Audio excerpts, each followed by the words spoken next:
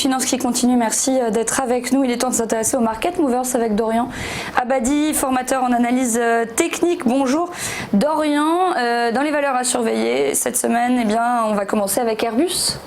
Bonjour Clotilde, effectivement pour les trois valeurs que l'on va surveiller, alors on reste très lourdement orienté par la guerre commerciale, enfin plus largement sur l'ensemble des valeurs du CAC 40 évidemment ça va rester le grand sujet de cette semaine puisque la Chine a annoncé samedi la mise en place de frais de douane portant sur 60 milliards de dollars de biens importés des États-Unis. Alors ce qui inquiète bien sûr c'est l'extension de la guerre commerciale à d'autres armes comme celle des terres rares ou à d'autres pays puisque ces dernières heures Trump a menacé l'Inde et le Mexique après avoir menacé ces dernières semaines donc également l'Europe. Et l'autre actualité un petit peu contextuelle, c'est le fait que le président du Conseil italien, Giuseppe Conte, risque en fait de démissionner si le gouvernement n'engage pas de nouvelles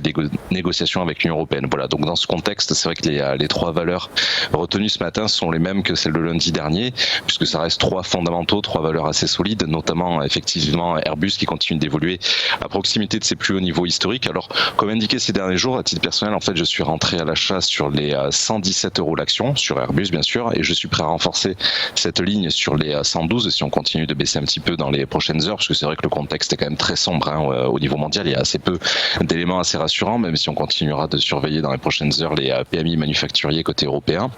Et donc, avec pour principal objectif, au-delà de ces deux points de rachat, eh bien, toujours celui des 119 € l'action, qui avait déjà été présenté ces dernières semaines et qui avait été atteint à plusieurs reprises, mais comme on évolue un petit peu en dessous,